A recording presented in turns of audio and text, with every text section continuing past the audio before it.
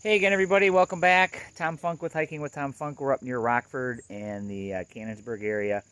Saul Lake Bog is considered the premier preserve for the West Michigan Land Conservancy. Looks like there's a restored prairie, some swamp, of course, a bog. Let's go on in and check it out and see what we can find. And as always, less talking, more walking.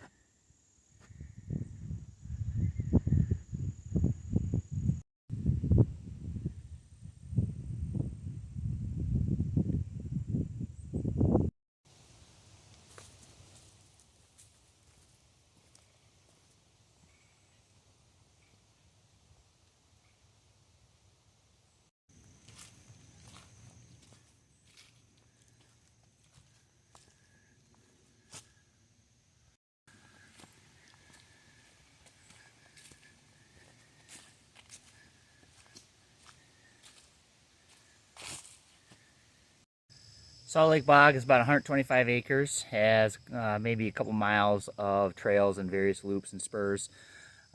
You don't walk actually through the bog, but it takes you on a couple of spurs on boardwalks into the bog, where you can get some nice close-up looks of some plants like leatherleaf. I did see some pitcher plant and cotton grass.